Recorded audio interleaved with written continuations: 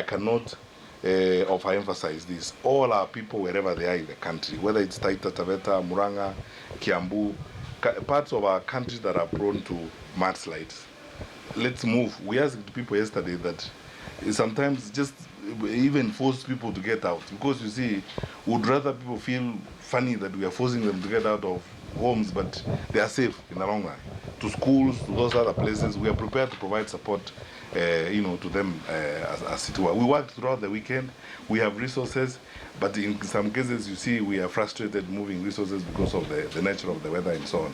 But all right, so 52 people are dead. We're not yet sure the number of missing individuals. In a couple of minutes, we'll be speaking to West Pokot Governor John Lonyangapuo on phone. He has been there since Saturday. But for now, I want to bring in my colleague Elvis Koskei, who's speaking to one of the medical personnel from Moi Teaching and Referral Hospital. They have been on the ground trying to give as much help as they can to the residents of West Pokot. Elvis? Thank you, Linda. We are coming to you from Eldoret, Uasin Gishu County, just to paint a picture of what has been happening in West Pokot County. Today, early in the morning, we spoke to West Pokot Governor John Lonyangapuo, and he had indicated that at least 52 people had lost their life. I remember this is a sharp contrast where we also spoke to George Natembea, the Rift Valley Regional Coordinator, and he had indicated at least 41 people had lost their lives. But of great concern is that the Moi Teaching and Referral Hospital in Eldoret has sent 40 medics just to save lives in West Pokot County. And joining me is the CEO of MTRH. This is Dr. Wilson Arwasa. Just to paint a picture of what is happening in West Pokot, I understand that you sent at least 40 medics. Maybe so far, so good. What is the situation there? So thank you very much. And I want to let you know that when we received the report of a humanitarian crisis in West Pokot due to mudslides and landslides that arose because of flash floods, on Saturday morning, we were able to mobilize a team of 40 medics comprising of medical specialists, nurses, clinical officers, nutritionists, psychological counselors, pharmacists, and other medics to go to the ground. And, the first team were able to join their colleagues in Kapenguria County Referral Hospital yesterday, where they did rounds and saw a total of 13 patients who had been brought from the Lelan area of Pokot South constituency, where the landslide had occurred, and they were being attended to in the Kapenguria County Referral Hospital. They were able to refer at least 2 patients to MTRH for further specialized surgery, and these patients have undergone surgery today here in MTRH. So today morning we sent a further team of 40 to go to the ground because we understood that the landslides were still ongoing and there were still people who had not been recovered. So they went to join in the search and rescue efforts in that area of Lelan in Pokot South. And I want to assure you that we were in constant touch with the local MP, Honorable Kosing David, and the local, the county government of West Pokot, led by the governor there, Honorable Lonyangapuo, ECC Health, Chief Officer Health, and other leaders within the health sector. We were also in touch with other leaders who are on the ground, like the PS Powon, the county commissioner, the regional commissioner, whom we were working together as a team, because you realize disaster response and management is a multidisciplinary effort, it's a multidisciplinary response, and it requires proper coordination. So this team, as we speak, they were briefed very early this morning by the West Pokot County government, and they have been able to do even aerial survey of the area where the landslides were, and they are going to be on the ground for at least 3 days, where they... All right, Elvis Koskei there. Speaking to a representative of Moi Teaching and Referral Hospital, they're saying they've deployed a team. They're in constant communication with the county government team as well, just basically getting guidance from them. We did mention it has been crazy 2-3 days because of the rains. Right now, I want to speak to John Lonyangapuo, who's the West Pokot Governor. He's speaking to us on phone. Good evening, sir. Thank you for speaking to us on the big story. I know you said this is the worst incident you've had in the country's history, and our condolences to individuals who've lost their family members, their friends. We've seen some of the pictures, absolutely devastating. Could you paint a picture for me on what exactly is on the ground right now? Because I know you've been there, you were there since Saturday. Thank you to Linda and the listeners and the viewers of KTN. It is true that we have been hit by a disaster never seen before. For the last 3 days, we have been never had sleep trying to assist the families that were affected. We have 3 sub-counties that were affected. And in each of the sub-county, Pokot South, we have Sondang location that we lost over 18 people, a place called Nyarkulian, where I've just come from right now. And then Como sub-county, a place called Parua, we have lost quite a good number of people. And that's where you saw all the water and rocks and heavy logs were swept and deposited on the highway going to Lodwa at a place called Sepit. And the road was cut twice there. And Ortum also, we have lost the road because of the landslides and the heavy debris from the highlands. Then finally, Pokot Central at a place called Muino, or Tamgal. We have lost so many people there. One family buried all their kids were all buried, 7 of them, plus other 4 kids that came to visit them. So this is a disaster that I have just mentioned. It's like there was a tremor underground because at between 11 and midnight of Friday, this thing just happened simultaneously, and all the earth that was around where these problems were just gave way. It swept houses that were on the escarpments. It now caused the devastation that you've seen.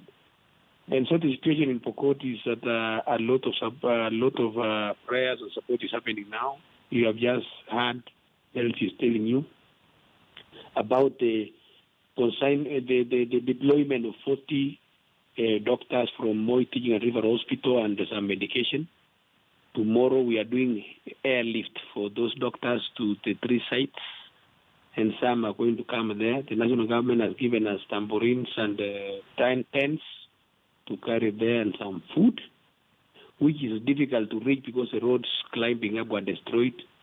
We have dispatched a excavator to open the road as the tractors will be following. No other car can go up. So indeed, this is the problem we have. Our army has also assisted. They have been dropping food, but they have not gone to the highland because of the heavy clouds that have been in the sky. But the good news that I saw tonight in the evening was that everywhere is trying to open up now, meaning we can get some clear support and direction by tomorrow.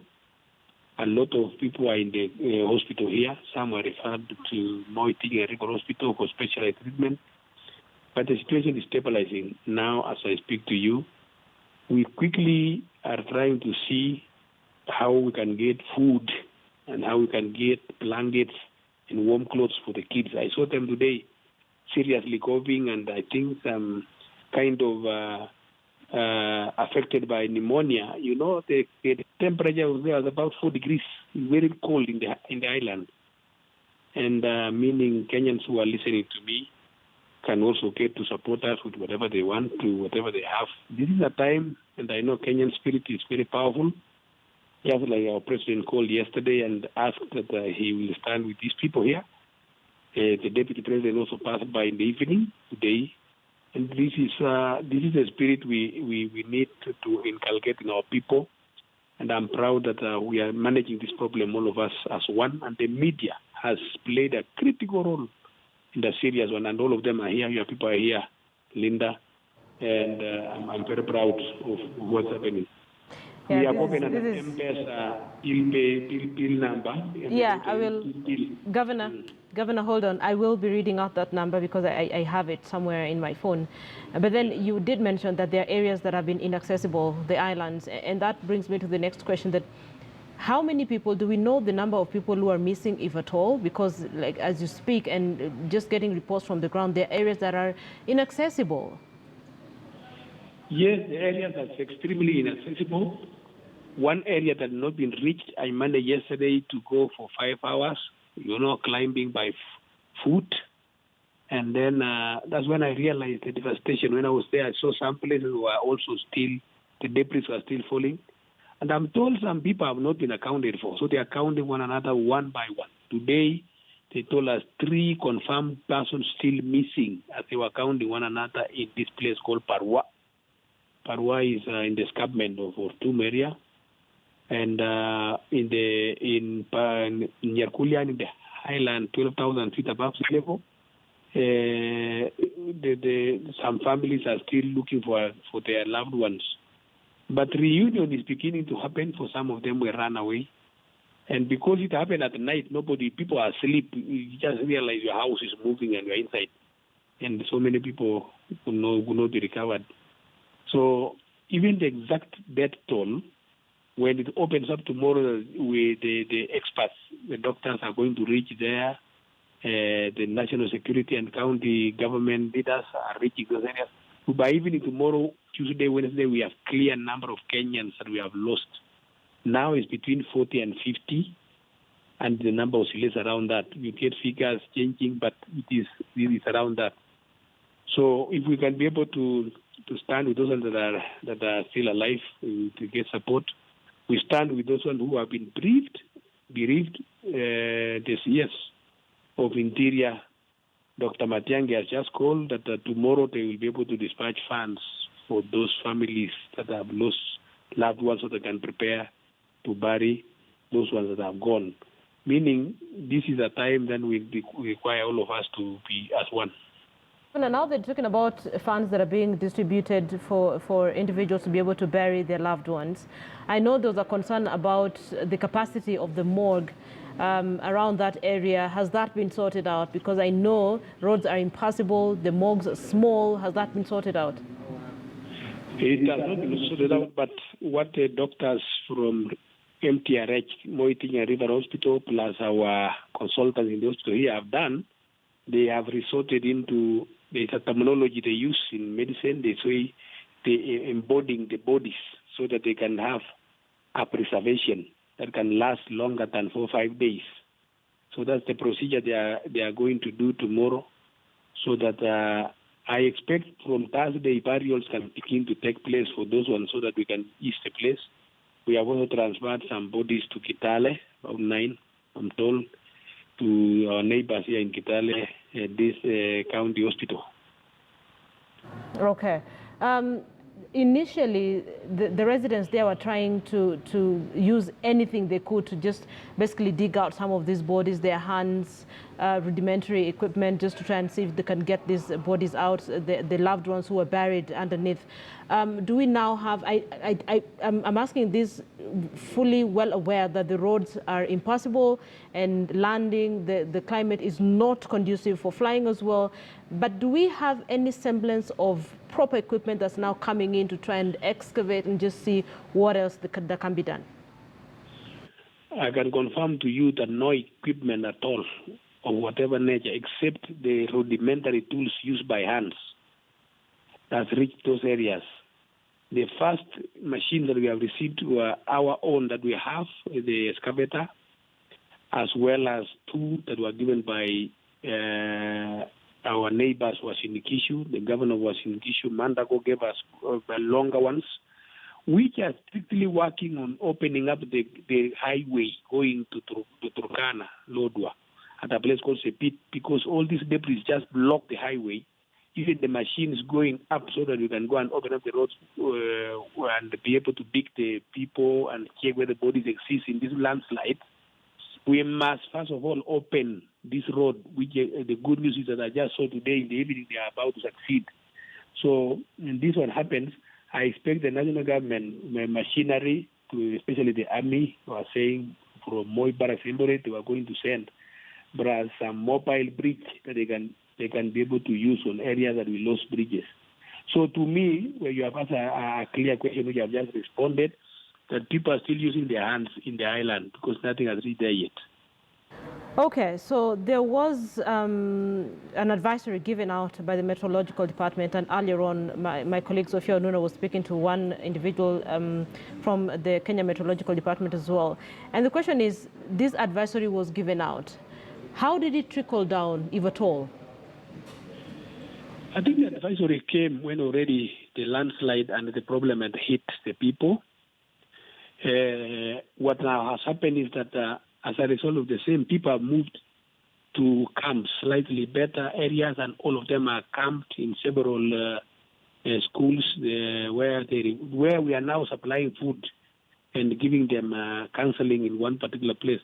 They have moved from these areas that looked like they were going to be the next target. We have been told by meteorology that between now and Wednesday, Thursday, there may be heavy rains. But if it reduces the way we just seen in the evening that nothing much came, then it will be better for all of us. So the information and the advisory came, but it came when it had already hit the people. Okay. So I had a conversation with Interior Cabinet Secretary Fred Matiang'i on this particular issue, and he said, with respect to, because you understand there are areas where people have refused to move, and he said that perhaps we need to get to a point where we actually force people to move. So A, do you have areas where people have refused to move, and is that a consideration that you're likely to make, force people out just to save their lives? I think the CS was talking of maybe an early information as at Saturday morning, but where some people are still holding to say maybe it is the end, which it's not going to happen again. But when more tremors happened on Saturday, people moved yesterday, and today we can confirm most of those areas people have moved. So, of course, what we are going to do to the national government, areas that have been hit and farms and houses have been destroyed, what do we do? Maybe the national government now will make a policy and all of us to see how those people can be assisted. And, of course, the minister is right. If somebody is in a precarious position, refuses to go, we use all it takes to remove them so that we don't have calamities. So as to how we are going to resettle those ones that are living in areas that are destroyed, I think that one can come. Right now, we see how we settle them and normalize things. You have been on the ground since Saturday, and I know there's a pay bill number that is 711-222. Having spoken to your residents, having gone round and seeing the challenges that they're facing, if there was immediate help that people of West Pokot need, what would that be? And I'm giving you this opportunity to make that appeal to Kenyans. First of all, I'll start by thanking Safaricom. Safaricom have come here for the last 3 days, led by the senior officer in the North Rift called Karanja. And they gave us now that pay bill number in the afternoon today. And all Kenyans who want to support your brethren in this region, do support. That money will be accounted for to the dot. We need the money to see how we can get some semblance of normalcy, get food, get clothing. We also buy utensils and anything, These homes were destroyed, everything just went. And then after that is done, whatever may remain to see how we can, and I hope that the national government can assist here, we see how to get iron sheets for homes that were destroyed and see how the relocation has happened, how they can be given iron sheets to go and rebuild their lives and their homes. We need quickly also to see how we can get the roads getting opened. So anything that Kenyans can give, we will, at least our neighbors have also been supportive enough to give us machinery, dozers and so on, and especially excavators that climb the highlands, was in Nikishu have given us, Transoya is willing to give us tomorrow. We will use that money. This is an emergency, and see how those roads can be opened so that food can flow. If you also have food, you might not send money. We have opened a center at Makutano Stadium in Kapenguria. There's a building there where people are donating food and whatever else is there. We have a committee that is composed of all stakeholders, NGOs are there. We have the national government, county government, so we are working here as one. All right. Kenyans, it is an appeal for all of us because, and I know the Kenyan spirit is as powerful as Kenya. So whatever you can be able to do, we will appreciate. Very difficult moment there for you, John Lonyangapuo, Governor of West Pokot, but thank you for speaking to us on The Big Story. He says they need all the help they can get. A couple of challenges on the ground. He says they're trying to sort them as fast as possible. They still need all the help they can get. He has been on the ground since Saturday, just trying to help his people. And we thank you for speaking to us on The Big Story. A big thank you to Chris Kiptum as well, who's a climate scientist who spoke to our lead reporter, Sophia Wanuna, and Elvis Koskei as well. I am Linda Ogutu. Have a good evening.